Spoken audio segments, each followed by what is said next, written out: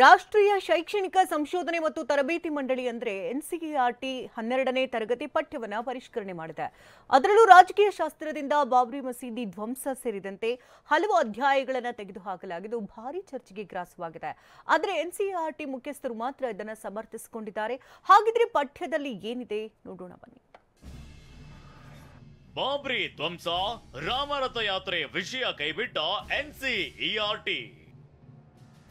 ಬಿಜೆಪಿಯ ಕೇಸರೀಕರಣದ ಮುಂದುವರೆದ ಭಾಗ ಎಂದು ಟೀಕೆ. ರಾಷ್ಟ್ರೀಯ ಶಿಕ್ಷಣ ಸಂಶೋಧನೆ ಹಾಗೂ ತರಬೇತಿ ಪರಿಷತ್ತು ಮತ್ತೊಮ್ಮೆ ಪಠ್ಯ ಪುಸ್ತಕಗಳ ಪರಿಶೀಲನೆ ಮಾಡಿದೆ. ಪಠ್ಯ ಪುಸ್ತಕಗಳಿಂದ ಬಾಬ್ರಿ ಮಸೀದಿ ಧ್ವಂಸ ಮತ್ತು ಬಿಜೆಪಿಯ ಹಿರಿಯ ನಾಯಕ ಲಾಲ್ ಕೃಷ್ಣ ಅಡ್ವಾಣಿ ನೇತೃತ್ವದ ರಾಮರಥ ಯಾತ್ರೆಯ ಉಲ್ಲೇಖಗಳನ್ನ ತೆಗೆದುಹಾಕಲಾಗಿದೆ. ಇದೀಗ ಎನ್ಸಿಇಆರ್ಟಿಯ ಇದೇ ಕ್ರಮ ವಿವಾದಕ್ಕೆ ಕಾರಣವಾಗಿದೆ. ಹಾಗಾದ್ರೆ ಎನ್ಸಿಇಆರ್ಟಿ ಹೊಸ ಪರಿಷ್ಕೃತ ಪಠ್ಯದಲ್ಲಿ ಏನು ಬದಲಾವಣೆ ಆಗಿದೆ ಅಂತ ನೋಡೋದಾದ್ರೆ, ಹೊಸ ಪರಿಷ್ಕೃತ ಎನ್ಸಿಇಆರ್ಟಿ 12ನೇ ತರಗತಿಯ ರಾಜ್ಯ ಸುರೇಶ್ ಬಾಬು ಸಮಗ್ರ ಕೃಷಿ ಮಾಡಿ 365 ದಿನವೂ ಆದಾಯ ಗಳಿಸ್ತಿದ್ದಾರೆ. ನೀವು ಕೂಡ ಅವರಿಂದ ಕಲಿಬೇಕಾ? ಅವ್ರ ಜೊತೆ ವಿಡಿಯೋ ಕಾಲ್ ನಲ್ಲಿ ಮಾತಾಡಬೇಕಾ? ಈಗಲೇ ಫ್ರೀಡಮ್ ಆಪ್ ಡೌನ್ಲೋಡ್ ಮಾಡಿ. ಶಾಸ್ತ್ರ ಪಠ್ಯ ಪುಸ್ತಕದಲ್ಲಿ ಬಾಬ್ರಿ ಮಸೀದಿಯ ಹೆಸರನ್ನ ಉಲ್ಲೇಖಿಸಿಲ್ಲ. ಬಾಬ್ರಿ ಮಸೀದಿ ಬದಲಿಗೆ ಅದನ್ನ 3 ಗುಮ್ಮಟ ರಚನೆ ಅಂತ ನಮೂದಿಸಲಾಗಿದೆ.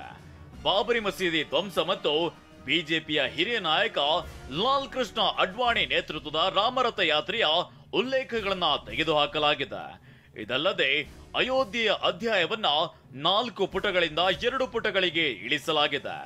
ಇದೇ ಮೊದಲ ಬಾರಿಗೆ ಅಯೋಧ್ಯೆ ರಾಮ ಜನ್ಮಭೂಮಿಯ ಉಲ್ಲೇಖವನ್ನ ತರಲಾಗಿದ್ದು, ಲಾರ್ಡ್ ರಾಮ್ ಬದಲಿಗೆ ಶ್ರೀರಾಮ ಅಂತ ಉಲ್ಲೇಖಿಸಲಾಗಿದೆ.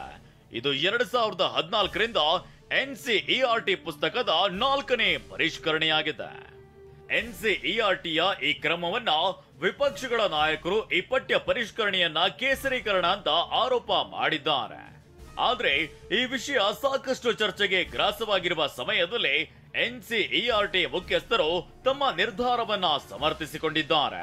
ದ್ವೇಷ ಮತ್ತು ಹಿಂಸಾಚಾರ ಶಿಕ್ಷಣದ ವಿಷಯಗಳಲ್ಲ, ಶಾಲಾ ಪಠ್ಯ ಪುಸ್ತಕಗಳಲ್ಲಿ ಅವುಗಳ ಬಗ್ಗೆ ಏಕೆ ಕಲಿಬೇಕು ಅಂತ ಎನ್ಸಿಇಆರ್ಟಿಯ ನಿರ್ದೇಶಕ ದಿನೇಶ್ ಪ್ರಸಾದ್ ಸಕ್ಲಾನಿ ಪ್ರಶ್ನಿಸಿದ್ದಾರೆ. So as per that, if suppose Supreme Court has given the verdict in favor of Ram Temple, Babri Masjid or Janmabhoomi, it has given a verdict. That should not be included in our textbook. Should it not be included in our textbook? Yes? It should be included in our textbook. What is the problem in that? Means new verdict has come. Should we not inform our students about that? So if we are bringing that into there, what is the problem? ಇನ್ನು ಶಾಲಾ ಪಠ್ಯ ಪುಸ್ತಕಗಳಲ್ಲಿ ನಾವು ಗಲಭೆಗಳ ಬಗ್ಗೆ ಏಕೆ ಕಲಿಸಬೇಕು? ನಾವು ಸಕಾರಾತ್ಮಕ ನಾಗರಿಕರನ್ನ ಸೃಷ್ಟಿಸಲು ಬಯಸ್ತೇವೆ, ಹಿಂಸಾತ್ಮಕ ಮತ್ತು ಖಿನ್ನತೆಗೆ ಒಳಗಾದ ವ್ಯಕ್ತಿಗಳನ್ನು ಅಲ್ಲ ಅಂತನೂ ಸಕ್ಲಾನಿ ಸಮರ್ಥಿಸಿಕೊಂಡಿದ್ದಾರೆ. ಆದ್ರೆ ಪಠ್ಯಪುಸ್ತಕ ಪರಿಷ್ಕರಣೆಯಲ್ಲಿ ಬಿಜೆಪಿ ತನ್ನ ಅಜೆಂಡಾ ತುಂಬುತ್ತಿದೆ ಅಂತ ವಿಪಕ್ಷಗಳು ಮಾತ್ರ ಭಾರಿ ವಿರೋಧವನ್ನ ಮಾಡ್ತಿವೆ. ಮುಂದೆ ಇದು ಇನ್ನೆಲ್ಲಿಗೆ ಹೋಗಿ ಮುಟ್ಟುತ್ತೋ ಕಾದು ನೋಡ್ಬೇಕಿದೆ. ಹರೀಶ್, ಟಿವಿ9 ನವದೆಹಲಿ.